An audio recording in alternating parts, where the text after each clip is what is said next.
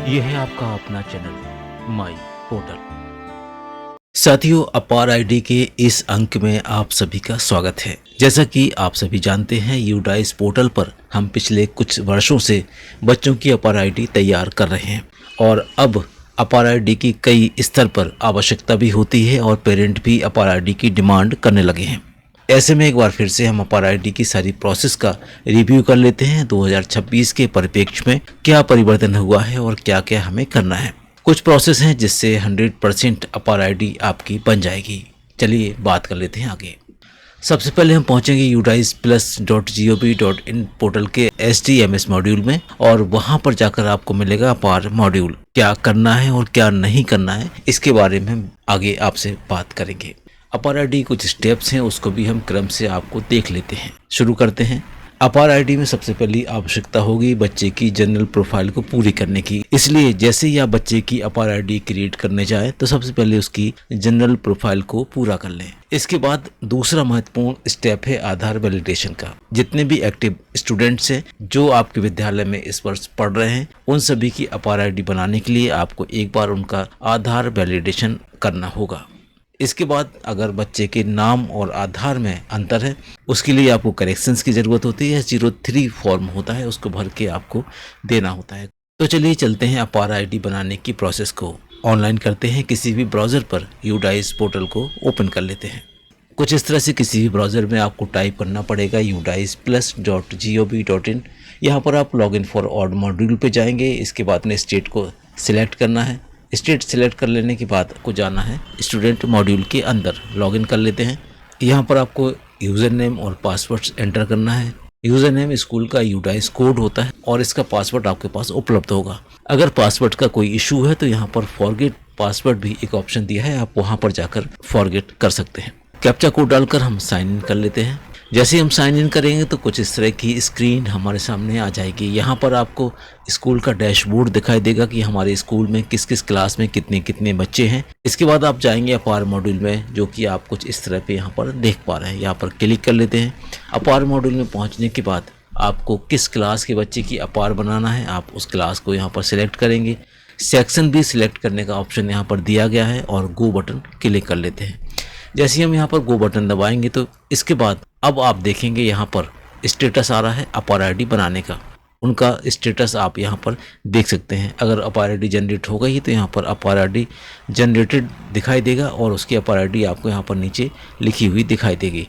इसके बाद आप लास्ट में एक एक्शन बटन भी देख रहे होंगे। इस कॉलम में जिसमें भी जनरेटेड लिख कर आ रहा है, इसका मतलब ये है कि उस बच्चे की अपार आईडी अभी तक जनरेट नहीं हुई है और आपको जनरेट करने का ऑप्शन प्रोवाइड किया गया है। तो चलिए आपको दिखाने के लिए एक बच्चे की अपार आईडी जनरेट करते हैं। जनरेट बटन को क्लिक कर लेते हैं।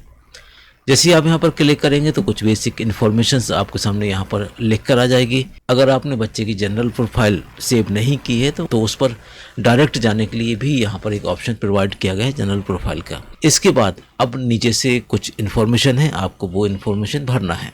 सबसे पहले आई करके एक ब्लैंक कॉलम यहाँ पर दिया गया है और इसमें आपको बच्चे की फादर का, मदर का या लीगल गार्जियंस जो है उनका नाम यहाँ पर लिखना है। अगर आप फादर का नाम लिखेंगे तो यहाँ पर आपको वहाँ पर फादर सिलेक्ट करना पड़ेगा। अगर आप यहाँ पर मदर का नाम लिखेंगे तो आपको यहाँ पर मदर सिलेक्ट करना होगा और अगर आप यहाँ पर गार्जियंस लिखते हैं तो आपको यहाँ पर गार्जियन सिलेक्ट करना पड़ेगा।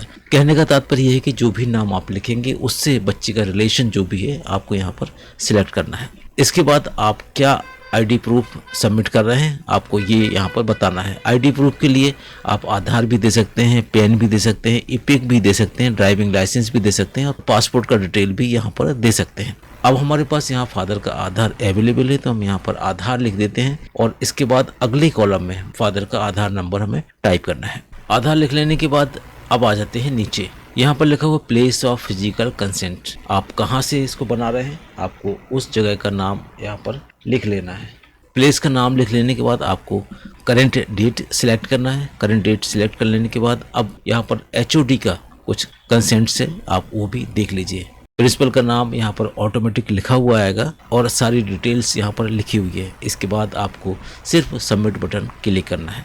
जैसे हम सबमिट बटन क्लिक करेंगे तो यहाँ पर कुछ कंफर्मेशन मैसेज आएगा। कंफर्म करेंगे और जैसे ही कंप्लीट होगा तो देखिए कुछ इस तरह से रिक्वेस्ट सेंड हो जाएगी, requested for APAAR ID has been submitted successfully. और इसके बाद जब आप स्टेटस देखेंगे तो यहाँ पर रिक्वेस्टेड लिखकर आ जाएगा। इसका मतलब ये है कि आपने अपार आईडी की सारी प्रोसेस पूरी कर ली है, अब ये सिर्फ अप्रूवल के लिए HOD लेवल पर पेंडिंग है। जैसे ही वहाँ से अप्रूव होगा तो यहाँ पर जनरेटेड लिख जाएगा और जो नॉट अवेलेबल यहाँ पर लिखा है वहाँ पर अपार आईडी लिख जाएगी। इस प्रोसेस में कोई भी ज़्यादा ऐसी कठिन प्रोसेस नहीं है, बहुत ही आसानी से अपार आईडी जनरेट हो जाता है। जैसा कि हमने आपको शुरू में बताया था कि हर बच्चे का आधार को ऑथेंटिकेट होना ज़रूरी है। एक बार देख लें किन बच्चों की आधार को हमने ऑथेंटिकेट नहीं किया है, उसको भी हम साथ साथ कर लें। कैसे देखेंगे, उसके लिए हमें जाना है लिस्ट ऑफ ऑल स्टूडेंट पे। यहाँ पर जाएंगे, एक्टिव स्टूडेंट की लिस्ट देख लेंगे। इसके बाद आपको देखना है आधार वैलिडेशन का लास्ट वाला ऑप्शन और यहाँ पर आपको देखना है वेरीफाइड फ्रॉम UIDAI।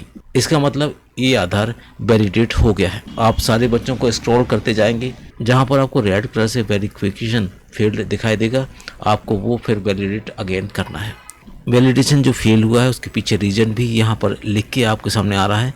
आधार का जो नेम है या जेंडर है या डेट ऑफ बर्थ है वो आधार और आपकी स्कूल के रिकॉर्ड से मिसमैच हो रही है। एक बार स्पेलिंग्स, डेट ऑफ बर्थ ये सब चेक कर लीजिए और अगर कहीं मिस्टेक है आपके लेवल पर तो उसको सही कर लीजिए। अगर आधार लेवल पर है तो आप आधार लेवल को भी अपडेट कराने के लिए पेरेंट को बोल सकते हैं। जैसे ही आपका ये आधार वैलिडेशन पूरा हो जाएगा, ग्रीन कलर से ये सारा दिख जाएगा, इसके बाद आपको अपार बनाने में मात्र कुछ सेकंड ही लगेंगे। उम्मीद है आप ये सारी प्रोसेस समझ गए होंगे। फिर भी कोई मन में डाउट होता है तो ज़रूर पूछिए। मिलते हैं एक नई वीडियो में एक नए टॉपिक के साथ, तब तक के लिए थैंक्स फॉर वॉचिंग।